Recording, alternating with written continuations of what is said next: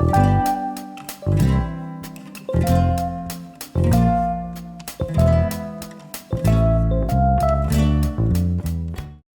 l'ancien responsable informatique de l'école qui a lancé le projet, donc il s'est lancé dans un projet en parallèle avec Microsoft Education de vraiment digitaliser et de mettre les élèves, de donner des devices aux élèves et de les rendre plus autonomes en fait.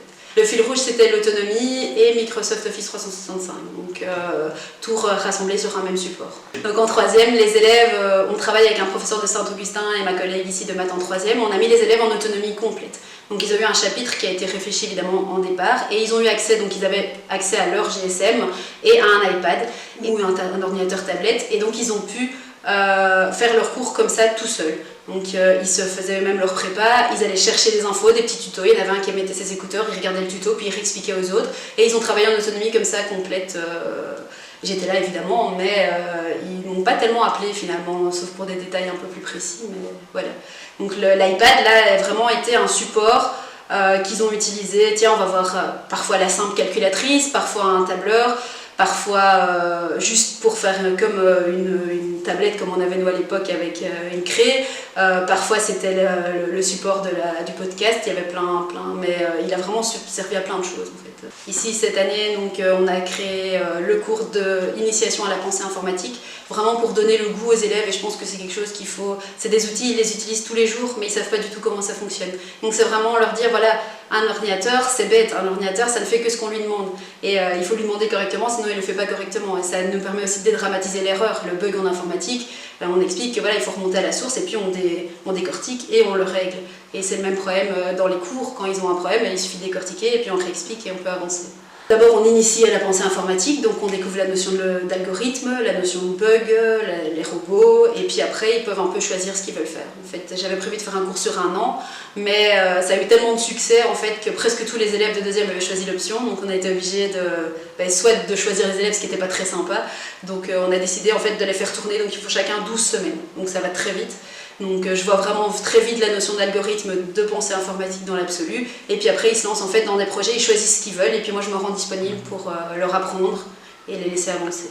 En outil vraiment device, ils ont l'iPad et des tablettes PC qu'on a gagné au projet École numérique. Ils ont les robots Mio. Et en point de vue logiciel, donc je les fais travailler sur Scratch. Ils peuvent programmer. Ils travaillent de nouveau avec un langage de programmation visuelle. Et ils font du Minecraft Education. Et RPG Maker, oui, effectivement. Ça c'est pour ceux qui sont déjà plus avancés. Ouais. RPG Maker, ils partent sur une carte qui est complètement vide et donc ils doivent créer, ça remêle plein de matières en fait parce qu'il y a de la créativité, donc il y a du dessin, ils doivent créer leur carte avec des petits blocs, ils peuvent choisir la texture, ils peuvent choisir de l'herbe, ils peuvent choisir des murs, ils créent l'extérieur du village et puis à l'intérieur ils rentrent dans une pièce et ils créent chaque pièce séparément et puis ils doivent animer les personnages. Ils peuvent faire des animations automatiques, donc là c'est de la programmation pure et simple. Ils doivent aussi programmer de telle sorte que quand le personnage, nous on dirige le personnage, il arrive vers un endroit, il se passe quelque chose.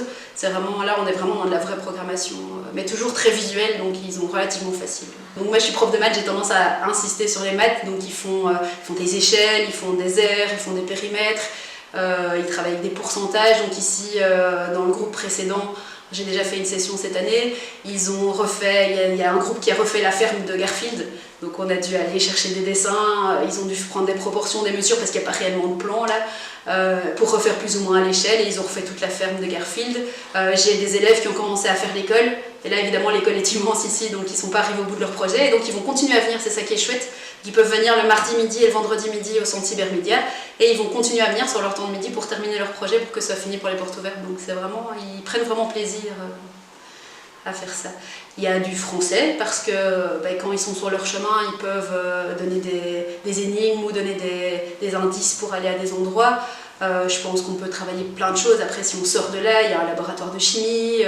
En géographie, en histoire, on peut retrouver des maps qui sont complètement faites sur des villes qui ont existé ou qui existent encore, c'est riche.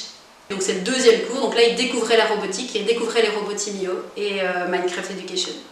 Donc là je les laisse libres, ils sont vraiment, cette liberté, ils ont parfois du mal, d'ailleurs ils reviennent vers moi, donner des consignes, alors évidemment il y a des consignes, donc par exemple Mio il devait découvrir les comportements du robot, mais ils n'osent pas Je dis mais si vous prenez le robot et que vous le soulevez, alors ils sont tout étonnés et le robot fait du bruit et donc c'est comme ça qu'on les guide petit à petit et puis ils ont beaucoup d'imagination, donc ils font des labyrinthes avec leurs plumiers et c'est assez chouette. Là c'est ce qu'ils aiment bien, c'est ce qui manque un peu je trouve dans l'enseignement, c'est cette manipulation et ils sont tout perdus au début quand on les laisse tout seuls. Ils sont très respectueux. Donc quand on explique ça, c'est important, c'est quelque chose... moi ça a toujours été clair, on utilise du matériel coûteux, les règles sont claires, s'ils ne sont pas soigneux, ben, ils ne peuvent pas l'utiliser. Et en fait ici, ça fait déjà en partie l'année passée, et cette année, je n'ai eu aucun problème, même avec des élèves qui sont réputés moins ordonnés ou plus difficiles, ils sont toujours nickel. Je dois pouvoir bouger parce que quand je suis dans le cours, il y en a qui sont sur les ordi fixes, ils font du Scratch, il y en a sur les ordi portables qui font du Minecraft, j'en ai dans le couloir qui font des robots, et donc je ne peux pas être partout en même temps, et donc c'est un choix de leur laisser quand même un minimum de responsabilité, et j'ai jamais été déçue, ils sont vraiment très respectueux et toujours motivés. Ça, ici, quand je suis allée rechercher des élèves du premier groupe pour venir montrer ce qu'ils avaient fait, ils voulaient tous venir. Et alors sur le temps de midi, ils viennent régulièrement, madame je peux faire ci, je peux faire ça, et ils travaillent, c'est chouette. Et ils n'ont pas l'impression qu'ils travaillent, c'est ça qui est génial. Il faut vraiment se lancer.